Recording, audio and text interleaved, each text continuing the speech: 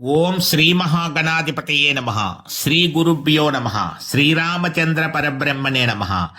ఈరోజు శివముక్కోటి అనేటువంటి పర్వదినం గురించి మనం తెలుసుకోవాలి. వైకుంఠ ఏకాదశి ఎంత విశేషమైన శుభదాయకమైనటువంటి పర్వదినమో శివముక్కోటి కూడా అటువంటిదే. ధనుర్మాసము అంటారు. అంటే ఇంచుమించుగా డిసెంబర్ 16 నుంచి జనవరి 16 వరకు ప్రతి సంవత్సరం కూడా పండగ నెల, పండగ పట్టడం అంటారు. దానిని ధనుర్మాసము అంటారు. సూర్యుడు ధనుర్రాశిలో ప్రవేశిస్తాడన్నమాట. ఇది చాలా విశేషమైన పర్వదినం, పర్వకాలముగా చెప్పబడుతూ ఉంటుంది. ఇటువంటి ధనుర్మాసములో ఆరుద్ర నక్షత్రం వచ్చినటువంటి రోజుని శివముక్కోటి అని పిలుస్తారు. ఇప్పుడు ఏకాదశితో సంబంధం లేదు. ముక్కోటి అనగానే ఏకాదశి అని మనకు అనిపిస్తుంది, కానీ ఇక్కడ శివముక్కోటి అంతే, ఏకాదశి లేదు. ఆరుద్ర నక్షత్రమే ప్రధానమైనటువంటిది. ధనుర్మాసములో వచ్చేటువంటి ఆరుద్ర నక్షత్రం ఉన్న రోజు శివముక్కోటి. ఈ సంవత్సరం జనవరి 3వ తేదీన వచ్చింది. శనివారం పౌర్ణమి తిథితో వచ్చింది. మరి పుష్యమాసంలో పౌర్ణమి చాలా విశేషమైనటువంటిది. అందున శనివారము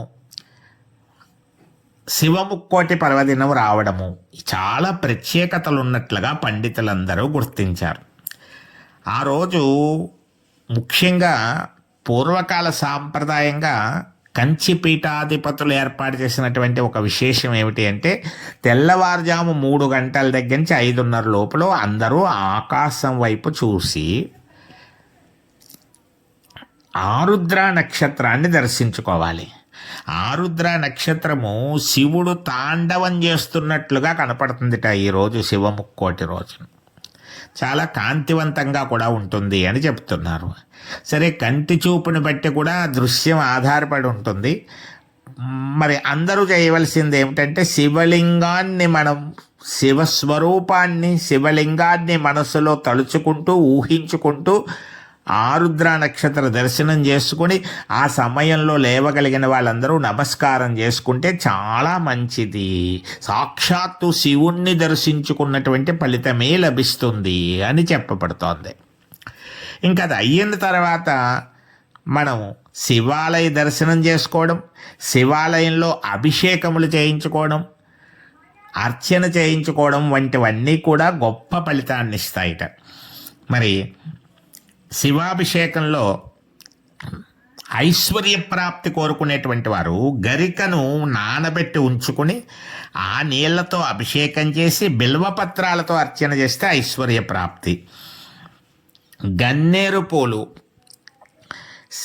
శివముక్కోటి రోజు శివునికి చాలా ప్రీతికరమైన పుష్పాలుగా చెప్పబడుతున్నాయి.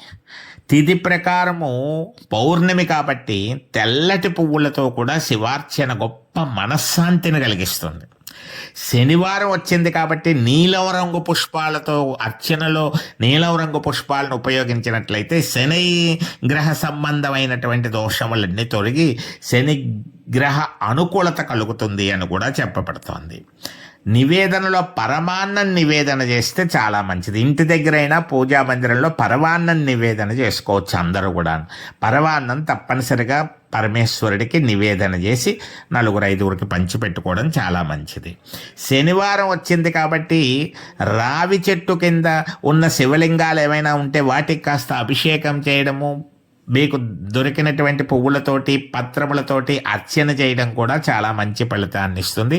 రావి చెట్టు కింద ఓం నమ శివాయ అనేటువంటి శివ పంచాక్షరిని పఠించడం కూడా చాలా గొప్ప ఫలితాన్ని ఇస్తుంది అని చెప్పబడుతోంది. అలాగే ఇంకా ముఖ్యంగా ఆకాశంలో శివ దర్శనం చేసుకోవడం అనేటువంటిది తప్పనిసరిగా చేసుకునే ప్రయత్నం చేయండి. శివముక్కోటి చాలా విశేషమైనటువంటి, సులభంగా శివానుగ్రహాన్ని కలిగించేటువంటి, సర్వదోషాలను నివారించేటువంటి పర్వదినంగా చెప్పబడుతోంది. కాబట్టి భక్తులందరూ కూడా ఒకరికొకరు చెప్పుకుని ఆ రోజు శివాలయంలో శివ స్తోత్రాలు పఠించడం, జరుగుతున్న అర్చనను చూడడము, అభిషేకాలు చూడడము, శివ స్తోత్రాలు పఠించడం వంటి పనులన్నీ చేసి తరించవలసిందిగా అందరికీ విజ్ఞప్తి చేస్తున్నాం. మరి శివముక్కోటి రోజు యొక్క విశేషమైనటువంటి ఫలితాలన్నీ కూడా మీ అందరూ పొందాలని పరసా టీవీ ఆకాంక్షిస్తూ నూతన సంవత్సర శుభాకాంక్షలు అందిస్తున్నాం.